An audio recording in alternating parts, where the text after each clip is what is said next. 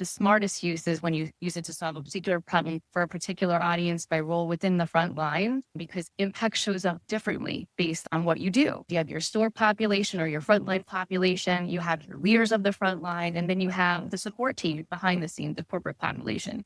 If I could walk you through those three levels, there's a lot of excitement that I have for what's coming out in terms of support and enablement. If we start in the front line, one of the biggest opportunities is AI agents. Whether you're in grocery, hospitality, retail, the frontline goal is all the same. It's all making sure that your customers get served as quickly and reliably as possible.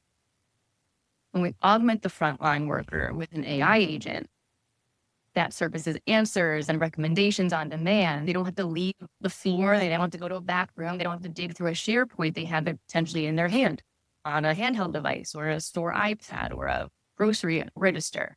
That becomes a very different environment for them, and it transforms the customer experience, but the employee confidence as well. So you're hitting both of those with AI technology. It's not hypothetical anymore. Agents can assist.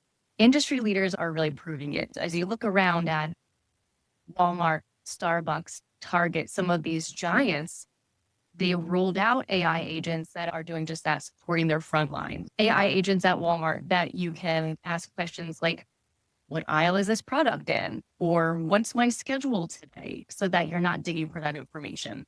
Starbucks can have an agent on a barista's iPad and say, I need this drink recipe, or I need to swap this ingredient. It's solving their need in real time.